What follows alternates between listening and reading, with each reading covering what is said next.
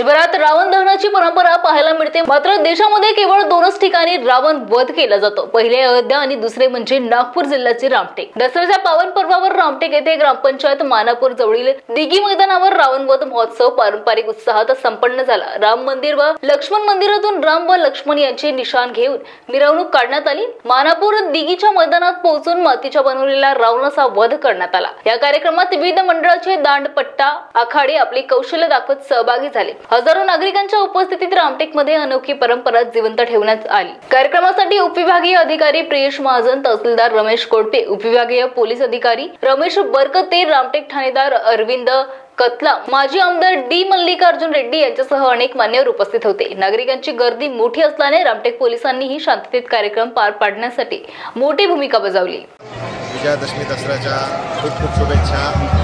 आपण आज इथं रामटेक या पवित्र नगरीमध्ये रावण वध यासाठी सर्व इथं भाविक जमलेले आहेत.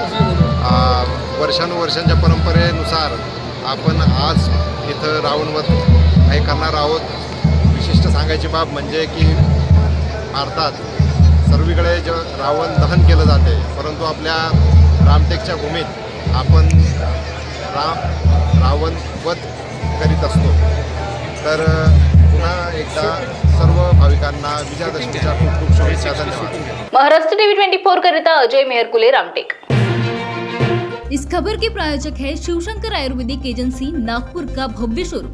अनुभवी डॉक्टर्स से सज्ज सभी प्रकार की आयुर्वेदिक दवाइयां मिलने का एकमात्र स्थान.